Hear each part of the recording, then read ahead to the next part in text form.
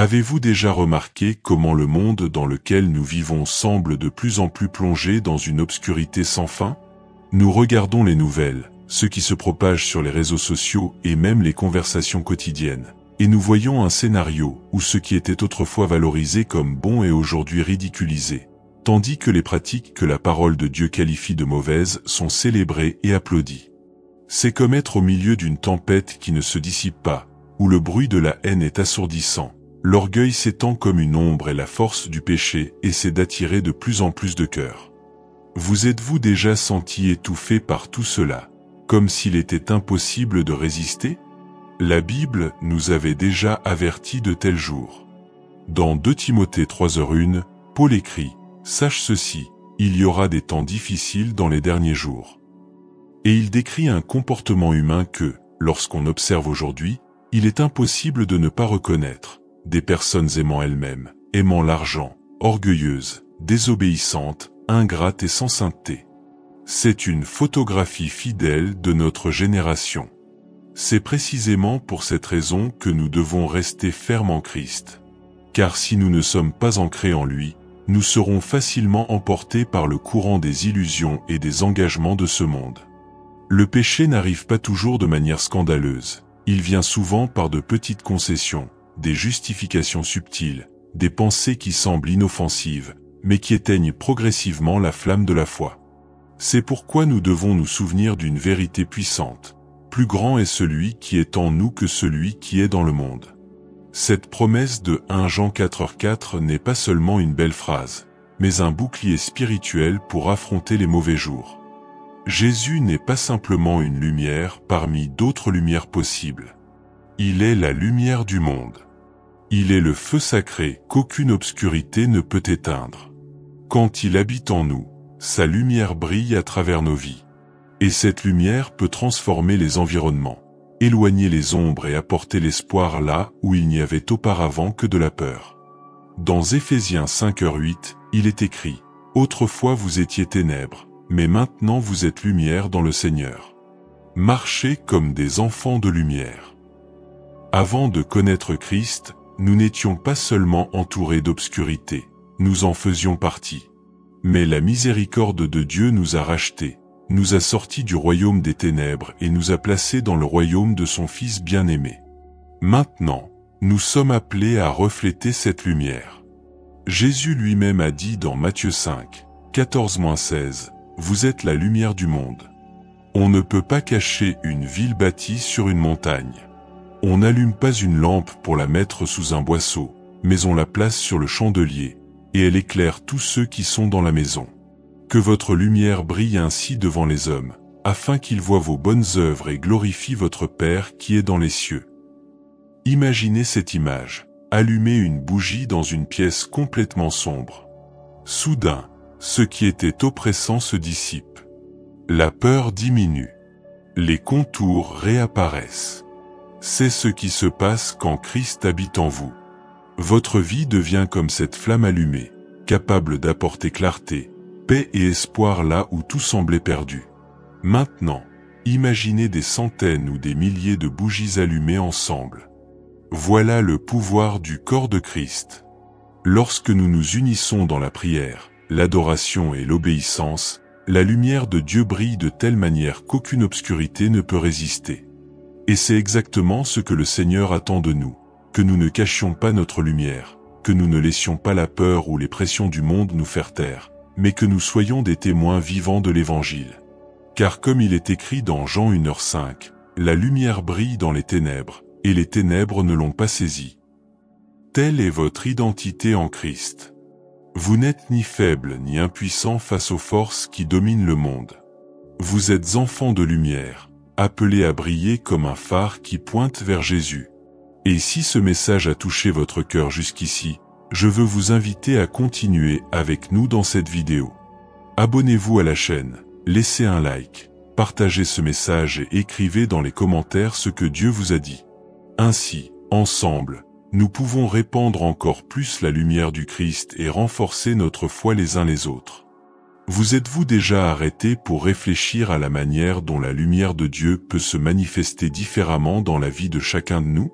La Bible nous enseigne que nous ne sommes pas appelés seulement à éviter le péché, mais aussi à briller activement par l'amour, le service et l'obéissance.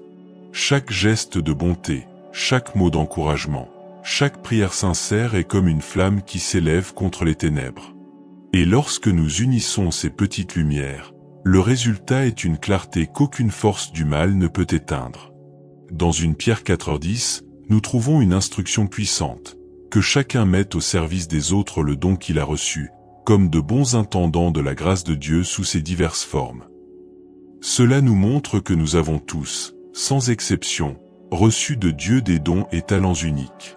Certains ont la capacité de consoler, d'autres d'enseigner, d'autres encore d'intercéder dans la prière. Certains expriment leur foi avec générosité, d'autres avec leadership, d'autres avec compassion.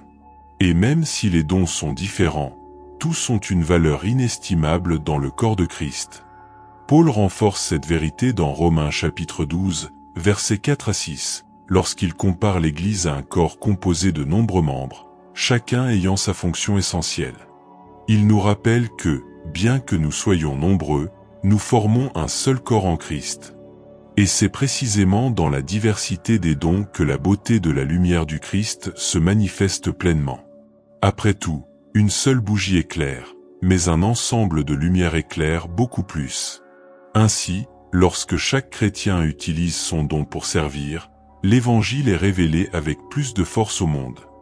Mais nous ne devons pas oublier que l'ennemi essaie de toutes les manières d'éteindre cette flamme. Il murmure des mensonges, sème le doute et incite à la peur.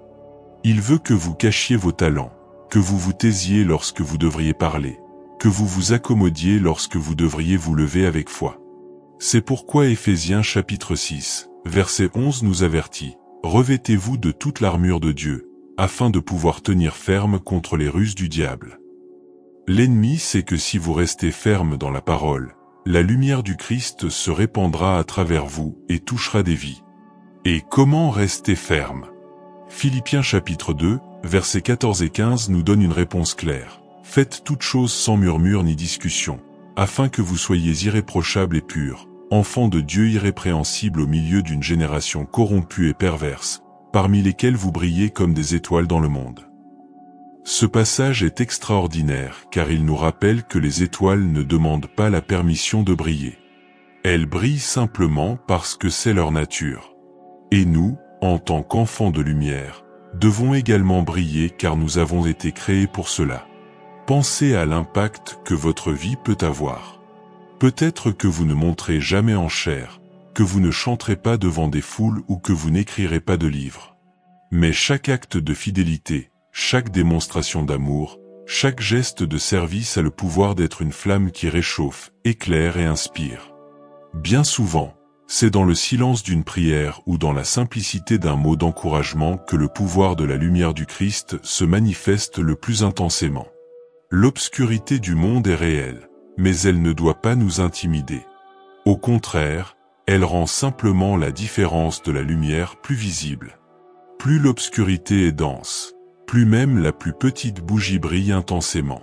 Et ce que le Seigneur attend de vous, c'est exactement cela, que vous ne cachiez pas la lumière qu'il a déposée dans votre vie. Car lorsque vous décidez de vivre dans l'obéissance, lorsque vous utilisez les dons que vous avez reçus, lorsque vous faites confiance au pouvoir du Saint-Esprit, vous devenez un reflet vivant de la gloire du Christ. Ainsi, ne vous laissez pas ébranler par ce que vous voyez autour de vous. Ne vous découragez pas face aux nouvelles, à la violence, à la froideur ou à l'injustice. Souvenez-vous, vous êtes lumière dans le Seigneur. Et une vie consacrée au Christ peut avoir un impact bien plus grand que vous ne l'imaginez. Votre témoignage est un phare pour ceux qui sont perdus. Votre foi est une flamme qui inspire les autres à se rapprocher de Dieu. Et votre persévérance est la preuve que les ténèbres ne triompheront jamais. Vous êtes-vous déjà arrêté pour penser que, bien souvent, nous passons la journée entière à rechercher tant de choses, succès, accomplissement, reconnaissance, et que nous oublions l'essentiel? Combien de fois commençons-nous la matinée préoccupés par des problèmes, courant après des engagements, sans réaliser que le plus grand trésor est déjà disponible, la présence de Dieu dans notre vie? Le Seigneur ne nous appelle pas seulement à survivre, mais à refléter la lumière de Jésus à chaque pas, chaque parole, chaque action. Lorsque nous regardons Christ, nous voyons que sa vie a été marquée par le don de soi, l'amour et la fidélité au Père. Il n'a pas cherché sa propre gloire, mais est venu dans le monde pour montrer que vivre selon la volonté de Dieu est la vraie victoire. Et lorsque nous commençons notre journée sous l'ombre de cette vérité, tout se transforme. Le poids qui semblait insupportable devient plus léger, l'obscurité laisse place à l'espérance, et même les plus grands défis prennent un nouveau sens, car nous savons que nous ne marchons pas seuls. Imaginez votre vie comme une lampe. Seule, elle n'a pas assez de lumière pour éclairer de grandes distances. Mais lorsqu'elle est allumée par le feu du Saint-Esprit, elle peut briller dans l'obscurité, guidant non seulement vous, mais aussi ceux qui vous entourent. C'est la mission que Jésus nous a laissée, être le sel de la terre et la lumière du monde. Peu importe si le contexte semble difficile ou si les luttes s'intensifient, la lumière qui vient du Christ en vous est plus grande que toute obscurité. Ainsi, à la fin de cette réflexion, je vous invite à prendre une décision. Commencez chaque jour en choisissant de refléter la lumière de Jésus. Priez avant de sortir de chez vous. Ayez confiance avant d'agir. Remerciez avant de vous plaindre. Ainsi, votre routine sera guidée non par la peur ou l'anxiété, mais par la paix qui surpasse toute intelligence. Et si ce message a touché votre cœur, je vous demande de vous joindre à moi dans ce but de répandre la lumière du Christ. Abonnez-vous à cette chaîne, aimez cette vidéo, laissez votre commentaire et partagez cette parole avec quelqu'un qui a besoin de se rappeler de